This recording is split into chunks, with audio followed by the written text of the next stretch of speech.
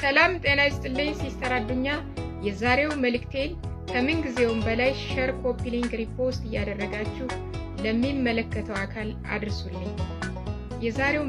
የዛሬው ርዕሴ ለምን ሆስፒታል ላይ የሚመጡ ታካሚዎቻችንን መድኃኒት ለመግዛት ወደ ግል ፋርማሲ እንልካቸዋለን የሚል ነው።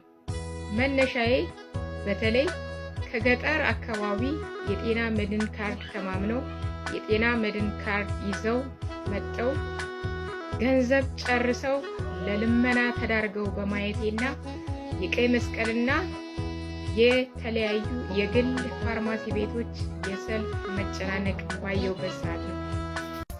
ይሄን መልእክት ለማስተላለፍ የወሰንኩት ቆየት ያለ የአሰራር ልምድ፣ ቆየት ያለ የአሰራር ተሞክሮ ሼር ለማድረግ ስለወሰንኩኝ ነው።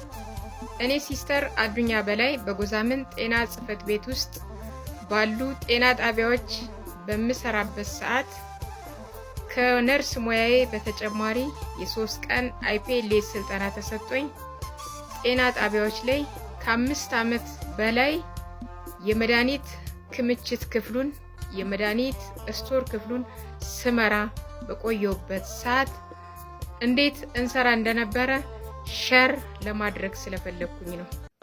ቤስት ተሞክሮ ከምላቸው ውስጥ መድኃኒቶች ኤክስፓየር ዴታቸው ከመድረሱ በፊት መድኃኒቶች የመጠቀሚያ ጊዜያቸው ከማለፉ በፊት ቀደም ብለን ለቅመን ለጎዛምን ጤና ጽሕፈት ቤት ሪፖርት አድርገን በስሩ በሚያስተዳድራቸው ሌሎች ጤና ጣቢያዎች ሽፍት ተደርገው መድኃኒቶች ያለአግባብ እንዳይቃጠሉ፣ መድኃኒቶች ያለአግባብ ከጥቅም ላይ ሳይውሉ እንዳይቀሩ ሽፍት ተደርጎ ወደ ሌሎች ጤና ጣቢያዎች አገልግሎት ላይ እንዲውሉ እናደርግ ነበር። ሁለተኛ ስቶክ አውት፣ ለዛ ጤና ጣቢያ ኢሴንሻል የሆኑ መድኃኒቶች፣ ለዛ ጤና ጣቢያ አስፈላጊ የሆኑ መድኃኒቶችን ለይቶ ማወቅ እና ሪፖርት ስቶክ አውት ከመሆናቸው ባዶ ከመሆኑ በፊት ለጤና ጽሕፈት ቤቱ ሪፖርት ማቅረብና ቀደም ብሎ እንዲመጡ የማድረግ ስራ እንሰራ ነበረ።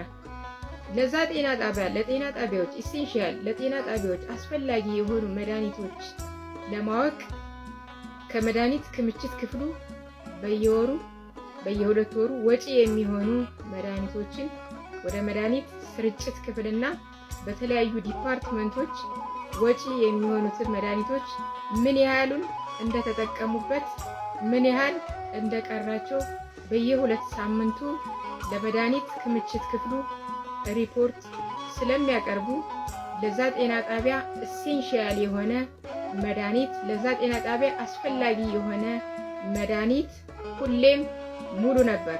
ወደ ላይ በሚመጣበት ሰዓት ወደ ስፔሻላይዝድ ሆስፒታል በሚመጣበት ሰዓት ይህ ነገር እያየሁት አይደለም።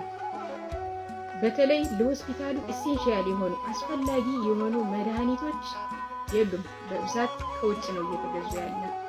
ይህ የሆነበት ምክንያት ምንድነው? ኮዙ ተለይቶ ታውቋል ወይ? ይሄን አይነት የአሰራር ሲስተም ስለሌለ ነው። በአሁኑ ሰዓት የበጀት እጥረት ነው። የበጀት እጥረት እንዳንል ደግሞ መድኃኒቶች አክሳሪ ሳይሆኑ አትራፊ ናቸው።